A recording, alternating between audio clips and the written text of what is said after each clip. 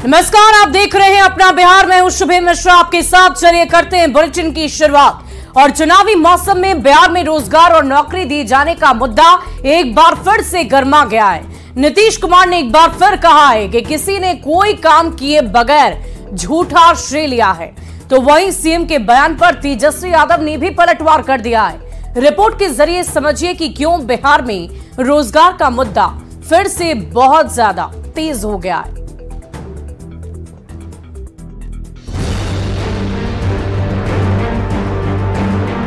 सब काम मेरा पहले से है, एक एक काम हम करवाए हैं, झूठ मूठ के बोलते रहता है। बिहार में लोकसभा चुनाव से पहले फिर से नौकरी और रोजगार का दावा हावी हो रहा है।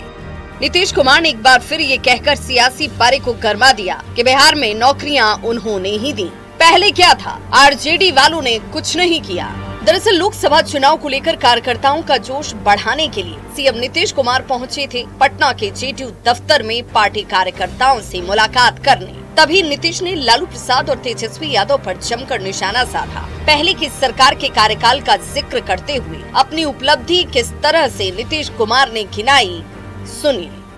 अगर आप ही लोग याद करिए, 5 के पहले माता पिता 15 साल कोई काम हुआ है? शाम में कोई घर से निकलता था डर के मारे? कहीं कोई सड़क आप याद करिए, अपने पुराने लोगों से पता करिए। अभी देखिए सब पटना या कहीं भी कैसा कैसा बिल्डिंग। अरे हम तो अपना काम में लगे रहते हैं, हम प्रचार प्रसार वाले नहीं ना है, हम तो काम में लगे रहते हैं। अब बाकी कोई बिना काम किए हुए अपना प्रचार करते रहता है। छोड़िए वो सब क्या किया, सारा काम हम लोगों का किया हुआ। नीतीश कुमार के बयान पर तेजस्वी यादव ने पलटवार किया है। तेजस्वी ने सरकार बदलते ही नीतीश जी के बयान में भी बदलाव की बात करते हुए तंज कसा, सुनिए। वो क्या कहते थे कि मीडिया पे कब्जा हो गया है, अब क्या हुआ? हम जब नीतीश कुमार जी के साथ थे तो बोलते थे अब आगे यही देखेगा। अच्छा काम कर रहा है, नौजवान है, नए पीढ़ी के लोग हैं, नौकरियां मिल रही है, नौकरियां हम लोग दे रहे हैं।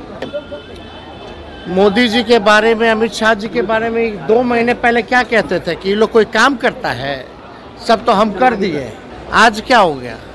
तो मुख्यमंत्री जी की बात को आप लोग छोड़िए।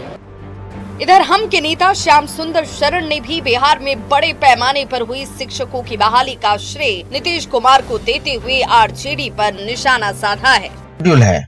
अपने परिवार के एक एक सदस्य को वो कार्यकर्ताओं की तिलांजलि देकर सदन पहुंचाना चाहते हैं और कार्यकर्ताओं को केवल बेवकूफ बनाते हैं। पूरे बिहार को अपराध के दलदल में धकेलने वाला कोई शख्स अगर था तो वो लालू प्रसाद जी थे।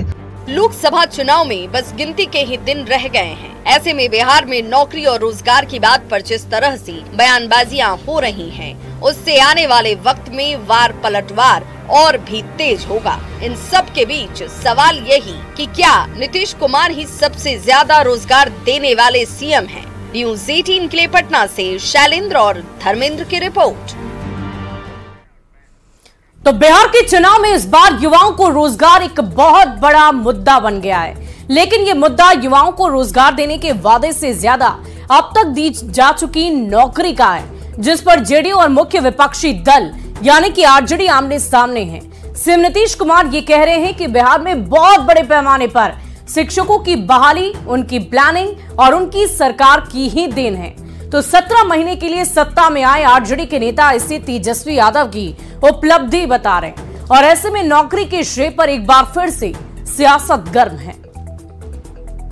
सरकार में, महागठबंधन सरकार में जब तेजस्वी यादव जी थे तो उन्होंने एक लाइन खींचा बिहार में नौकरियों, युवाओं को नौकरी देने का, जो कि जिसकी आवाज, जिसकी गूंज इस चुनाव में वोट के रूप में महागठबंधन के लोगों में जब मिलेगा और एनडीए के खाते में जब सीटें कम आएंगी ना, तब इनको समझ में आएगा। ये सारे अनर्गल बात है, इन बातों पर ध्यान देने की जरूरत नहीं है। और मैं तो मुख्यमंत्री जी से यही कहूंगा कि मुख्यमंत्री जी, ये तो एक ऐतिहासिक तथ्य है। 90 से 2005 बिहार में कुछ नहीं हुआ। सरकार नाम की कोई चीज नहीं थी। एक पार्टी और एक परिवार का माफिया राज था। लालू प्रसाद यादव और श्रीमती राबड़ी देवी के राजकाज में बिहार में कुछ नहीं था। न सड़क, न स्वास्थ्य सुविधा, न बिजली, कुछ नहीं। 17 महीने में तेजस्वी प्रसाद यादव के नेतृत्व में जो कार्य हुए हैं और जो जनता और जनता के हितों में काम किए गए हैं वो स्पष्ट रूप से दिख रहा है। जनता का विश्वास, जनता का समर्थन, नौजवान जिन्हें रोजगार मिला है, नौकरी मिला है, वो ये बात समझ रहे हैं कि किस तरह से साजिश करके नौकरी और रोजगार वाली सरकार को समाप्त किया गया। उनके कार्य को राजद के लोग अपना कार्य बता के सेखी बघार रहे हैं। तो मुझे एक मुहावरा आता है कि माल महाराज का और मिर्जा खेले होली। भैया, आपको काम करने का इतना ही शौक था तो 1990 से लेकर 2005 तक जनता ने आपको समय दिया था। उसमें तो अपने बिहार को देश का गटर बनाकर रख दिया था।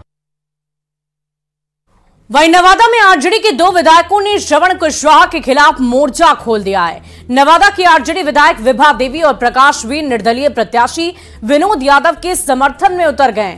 दोनों विधायक मीडिया में तो अपनी अपनी बात नहीं रख रहे, लेकिन निर्दलीय उम्मीदवार विनोद यादव के साथ मंच साझा कर रहे हैं। सवाल है कि क्या नवादा में टूट रही है लालू प्रसाद की पार्टी?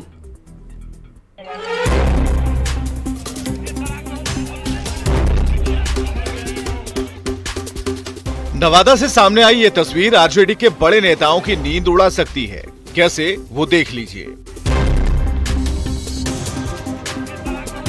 नवादा से निर्दलीय उम्मीदवार विनोद यादव का चुनावी मंच सजा है। मंच पर खुद विनोद यादव बैठे हैं और उनके बगल में बैठे हैं आरजेडी के 2 विधायक। हैरान मत होइए, तस्वीर देखिए पहले। विनोद यादव की दाईं तरफ बैठी हैं ये नवादा की विधायक विभा देवी और बाईं ओर बैठे हैं रजौली से आरजेडी के विधायक प्रकाश वीर। आरजेडी के दोनों विधायकों ने न सिर्फ विनोद यादव के साथ मंच साझा किया बल्कि विनोद यादव को अपना समर्थन दे दिया। ये दोनों विधायक निर्दलीय विनोद यादव को जिताने में दिन रात एक किए हुए हैं। यही नहीं, आरजेडी प्रत्याशी को हराने की बात भी कह रहे हैं। पार्टी को झटका देकर आरजेडी के 2 विधायक निर्दलीय प्रत्याशी के प्रचार में जुट गए हैं, तो क्षेत्र के तीसरे विधायक अपने विधानसभा क्षेत्र से गायब हैं। चर्चा यह है कि गोविंदपुर विधानसभा से विधायक मोहम्मद कामरान भी नाराज चल रहे हैं। अब नवादा में आरजेडी विधायकों की पार्टी से नाराजगी और बगावती तेवर की वजह भी जानिए। नवादा में पूर्व मंत्री राजवल्लभ यादव का काफी प्रभाव है। राजवल्लभ यादव के भाई विनोद यादव को पार्टी की तरफ से नवादा से चुनाव लड़ाने का वादा किया गया था, लेकिन ऐन मौके पर श्रवण कुशवाहा को पार्टी ने टिकट दे दिया। पार्टी के फैसले से नाराज विनोद यादव ने पार्टी से इस्तीफा देते हुए बगावत का बिगुल फूंक दिया और नवादा से निर्दलीय मैदान में कूद पड़े। अब राजवल्लभ से नजदीकी रखने वाले विधायकों ने आरजेडी का विरोध शुरू कर दिया है और निर्दलीय विनोद यादव के पक्ष में वोट मांगना शुरू कर दिया। देखना होगा कि विधायकों की इस बगावत पर पार्टी एक्शन लेती है या विधायकों को मैनेज कर लेती है। न्यूज़ 18 के लिए नवादा से अनिल विशाल की रिपोर्ट। और 2024 लोकसभा चुनाव में राम मंदिर एक अहम चुनावी मुद्दा बन गया है। पीएम जहां भी रैली करते हैं, अयोध्या की राम मंदिर निर्माण की बात जरूर सामने आती है और वो जरूर करते हैं। रविवार को भी नवादा आए पीएम ने विपक्षी नेताओं को सनातन विरोधी बताया था, तो सोमवार को लालू प्रसाद की बड़ी बेटी यानी कि मीसा भारती ने पिता लालू प्रसाद के चुनाव के बाद अयोध्या जाने की जानकारी दी, जिस पर बिहार की सियासत बेहद गर्म है। बीजेपी और जेडीयू के नेता लालू परिवार पर तंज कस रहे हैं। इनकी क्या दुश्मनी है प्रभु राम से, इनकी क्या दुश्मनी है अयोध्या से, उनकी क्या दुश्मनी है हमारी विरासत से कि राम मंदिर बन गया तो बोले हम उसके प्राण प्रतिष्ठा में नहीं जाएंगे, विरोध किया। नवादा की धरती से पीएम मोदी ने रविवार को ही आरजेडी और कांग्रेस पर सनातन विरोधी होने का आरोप लगाया था। 500 साल तक अटके हुए प्रभु श्री राम का भव्य मंदिर अयोध्या में बनने पर पीएम ने निमंत्रण के बावजूद कांग्रेस आरजेडी के नेताओं पर प्राण प्रतिष्ठा में शामिल नहीं होने पर कटाक्ष भी किया था। तो अब आरजेडी नेता और लालू प्रसाद की बड़ी बेटी मीसा भारती ने कहा है कि चुनाव बाद पूरा लालू परिवार अयोध्या जाएगा, कौन रोकने वाला है। अयोध्या में राम मंदिर बना है मोदी जी और भाजपा का थोड़ी ना है। हम भी हिंदू हैं, हम भी सनातनी, हम पूजा करते हैं। अभी हम लोग व्यस्त हैं, समय निकाल के हम लोग जाएंगे राम जी के दर्शन करने, कोई रोक देगा क्या? इनसे कोई उम्मीद नहीं है जनता को और हमारे पास मुद्दे की कोई कमी नहीं है। पाटलिपुत्र से आरजेडी प्रत्याशी मीसा भारती के बयान से सियासत गर्म है। बीजेपी और जेडीयू के नेता एक सुर में सवाल पूछ रहे हैं कि मंदिर निर्माण के वक्त आमंत्रण को अस्वीकार करने वाले लोगों को चुनावी मौसम में श्री राम याद आ रहे हैं। केवल संकट में प्रभु राम याद आए, केवल चुनाव में प्रभु राम याद आए, ये हमको कहीं से गंवारा नहीं है। यदि संकट में प्रभु राम याद आते हैं तो खुशहाली में भी प्रभु राम को याद करना होगा। आज चुनाव में वोट प्राप्त करने के लिए अपने आप को धार्मिक अवधारणा का प्रशंसक बताते हुए मीसा भारती भी अगर वहां जाने का इच्छा और इरादा रखती हैं तो ये एनडीए के विचारों की जीत है। वैसे मीसा भारती ने बयान उन आरोपों के जवाब में दिया है जिसमें पीएम मोदी ने लालू परिवार पर सनातन विरोधी होने का आरोप लगाया था। मीसा भारती अयोध्या जाने की बात चाहे जिस मकसद से कह रही हो, पर चुनावी मौसम में श्री राम मंदिर को लेकर सियासी बयानबाजी जरूर तेज है। Bureau report, news 18। और चुनाव के बाद लालू परिवार के अयोध्या जाने की खबर सामने आने के बाद इस पर सियासत गर्मा गई है। बीजेपी और जेडीयू ने लालू परिवार पर हमला बोला है और कहा कि चुनाव के वक्त लालू परिवार को प्रभु श्री राम याद आ गए तो महागठबंधन ने आरजेडी का बचाव किया और सियासत नहीं करने की सलाह दी है। सुनते सुनते 3 महीने निकल गए। रामलला का प्राण प्रतिष्ठान तो 22 जनवरी को ही हो गया था। आज क्या तारीख चल रही है? 8 अप्रैल हो गई। तो ये लोग जाने वाले नहीं। वैसे भी तो डर लगता है ना इनको। तेजस्वी यादव ने बोला था ना कि मंदिर जाओगे तो दान मांग लेगा, तो मंदिर में कैसे दान देंगे बेचारे? मस्जिद में दान देने की आदत लगी है, मंदिर में कहाँ दे सकते हैं? नहीं देंगे। ये लोग तुष्टीकरण की नीति अपनाते हैं, राम मंदिर का विरोध कर रहे थे, बहुत सारी बातें कह रहे थे, और अब जब चुनावी समय आ चुका है, लोग इनकी असलियत को जान पहचान चुके हैं कि कहीं ना कहीं इनके मन के अंदर किस तरह का भाव होता है, तब मीसा भारती जी इस तरह का कमेंट दे रही हैं कि समय नहीं मिल पाया, इसीलिए हमारे परिवार के सदस्य वहां नहीं जा पाए। अरे भाई, लोगों ने वह भी तस्वीर देखी जब तिरुपति बालाजी में आपका पूरा परिवार गया था। हम इसके खिलाफ नहीं है, आप किसी भी धर्म में आस्था रखिए, लेकिन तुष्टीकरण की नीति बहुत गलत है। भारतीय जनता पार्टी की, तो भारतीय जनता पार्टी ने तो हमेशा से ही धर्म का या सनातन का या हिंदुत्व का, उन्होंने हमेशा से ही राजनीतिकरण करने की कोशिश की है। इतना ही नहीं, उन्होंने तो बाजारूकरण भी करने की कोशिश की है।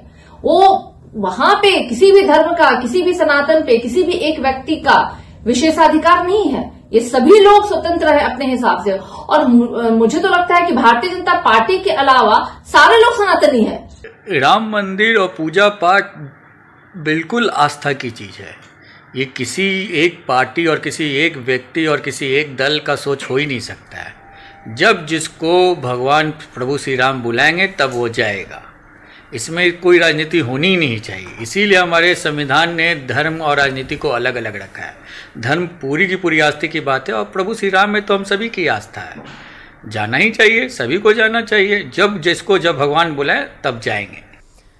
और चुनाव बाद लालू परिवार के अयोध्या जाने की खबर सामने आने के बाद बिहार की सियासत गर्म है। मंत्री रेणु देवी ने लालू फैमिली पर जमकर हमला बोला। रेणु देवी ने कहा कि प्रभु श्री राम की पूजा करना अच्छी बात है, लेकिन मुंह में राम और बगल में छुरी नहीं चलने वाली है। परिवार भी कर रहे हैं कि हम भी राम मंदिर जाएंगे, राम मंदिर। अरे देखिए, मन में राम बगल में छुरी हम लोगों का नहीं है। हम लोग जय सिया राम जब शुरू में कहते हैं, जब हम कहते थे कि हम मंदिर बनाएंगे तो कहते तिथि बताइए ना, तो हम तो कहे थे राम लला हम आएंगे, मंदिर वहीं बनाएंगे। तो मंदिर भी बना और राम लला भी बैठे और तिथि भी बता दिए, लेकिन इन लोगों ने प्राण प्रतिष्ठा के दिन नहीं गया। उस दिन कोई जरूरत नहीं था। अरे अगर आपको राम के प्रति भरोसा है तो आपको जाना चाहिए, निमंत्रण आया था तो।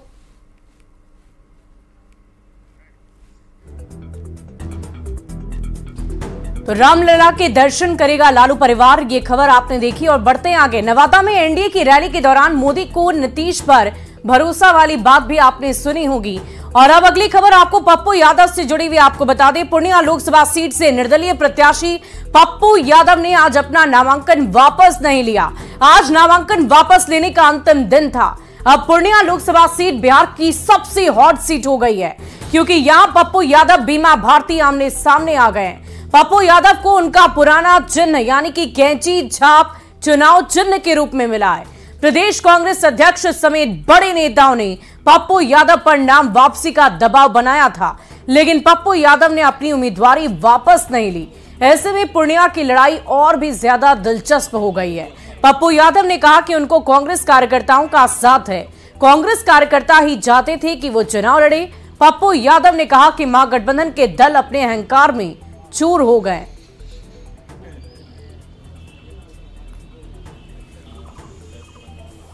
दलों में जो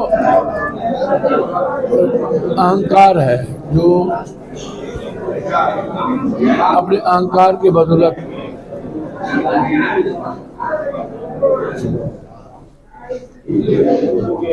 एनडीए को मजबूत करना चाहते हैं, इसीलिए पूरे कांग्रेस के वर्कर चाहते थे कि मैं लड़ूं। कांग्रेस से साथ है, अध्यक्ष की जिम्मेदारी है महागठबंधन को निभाना, वो अच्छा कर रहे हैं। वापस नहीं लिया है। अब पप्पू यादव भी चुनावी मैदान में है और कुल 7 प्रत्याशी चुनावी मैदान में बचे हुए हैं, जिसमें मुख्य रूप से जदयू प्रत्याशी संतोष कुशवाहा, राजद प्रत्याशी बीमा भारती और निर्दलीय प्रत्याशी पप्पू यादव मैदान में है। इसके अलावा 4 अन्य प्रत्याशी भी हैं और पप्पू यादव को कैंची छाप मिला है। अब देखना है कि आगे चुनाव किस तरह से होता है, मतदाता किनको अपना जनप्रतिनिधि चुनती है। कुमार प्रवीण, न्यूज़ 18 पूर्णिया। खबर नवादा से, जहां एनडीए की रैली के दौरान मोदी को नीतीश के नमस्कार पर सियासत तेज हो गई है। तेजस्वी यादव ने इसको लेकर सवाल उठाए तो मंत्री विजय चौधरी ने कहा कि वो खुद मंच पर मौजूद थे, ऐसी कोई बात नहीं है। पीएम मोदी और सीएम नीतीश के हाथ साथ में हैं, ये कोई सियासी मुद्दा नहीं है। तो बीजेपी प्रवक्ता संजय मयूख ने भी तेजस्वी यादव पर तंज कसा है। पर मंच पर उपस्थित था, वो जो विजुअल चल रहा है उसमें देखिएगा प्रधानमंत्री जी और मुख्यमंत्री जी के दोनों के हाथ साथ हैं। ऐसी कोई बात नहीं है कि वो जाके छू रहे थे।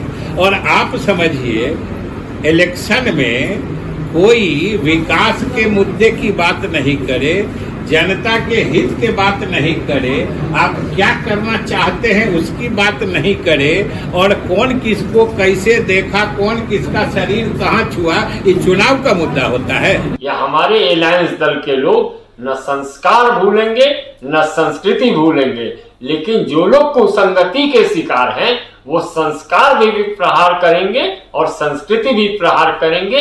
जनता है, सब देख रही है।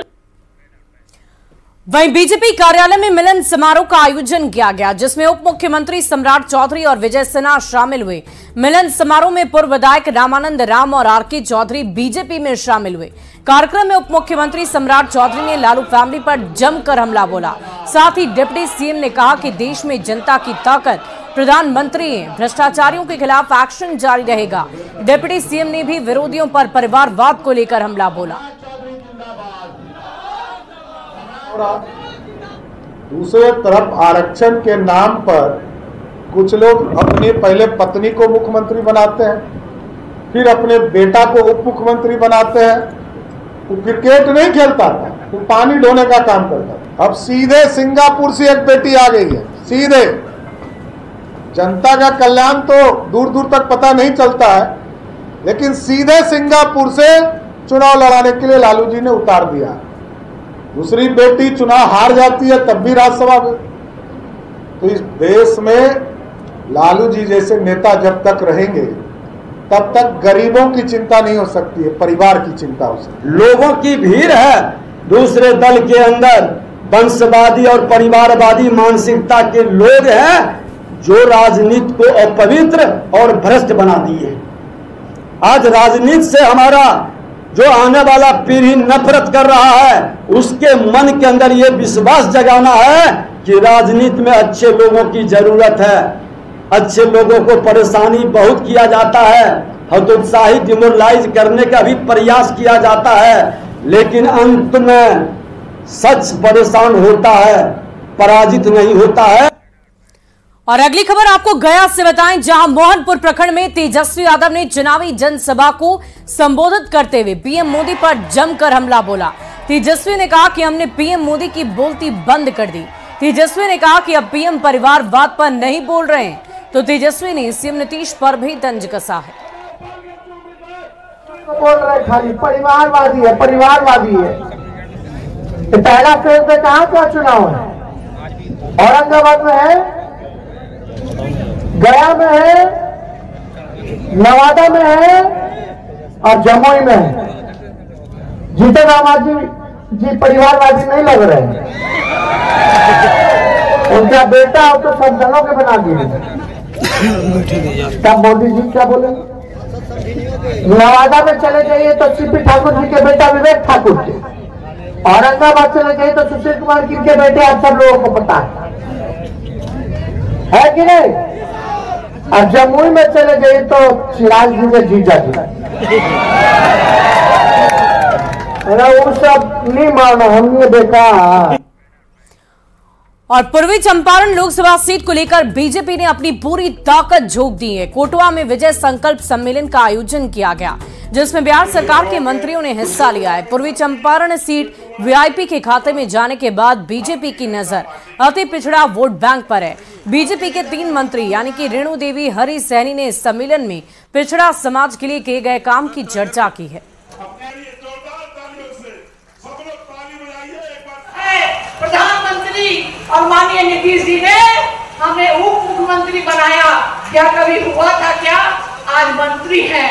मैं आप लोगों से कहना चाहती हूँ कि हमें अगर देश को सुरक्षित रखना है, हमें अगर भारत को विकसित देखना है, अगर हमें बिहार को विकसित देखना है, तो आपके यहाँ तो ऐसे ही मोतिहारी को भैया ने इतना विकसित कर दिया कि बगल में डेयरी खुला हुआ है। विधानसभा में 4 एक भी विस्तार को नहीं दिया। इस बार 3 सीट उन्होंने वहां लिया है। निषादों के आरक्षण की बात करते हैं तो तीनों सीट निषाद भाइयों के लिए आरक्षित कर दें तो बड़ा सौभाग्य। और अगली खबर कटिहार से, जहां एक शिक्षक पर छात्रा से छेड़खानी का आरोप लगा है। नाराज परिजनों ने स्कूल में जमकर बवाल काटा। मौके पर पुलिस पहुंची और इस पूरे मामले की जांच पड़ताल शुरू कर दी गई। परिजनों ने शिक्षक को स्कूल में बंधक बना लिया था, जिसको पुलिस ने मुक्त करवाया। वहीं इस पूरे मामले की जानकारी जैसे ही आसपास के इलाके में हुई, लोगों की भीड़ उमड़ पड़ी। मौके पर मौजूद पुलिस बल ने लोगों को समझा बुझाकर मामले को शांत करवाया और बहुत ही कड़ी कार्रवाई का भरोसा दिया।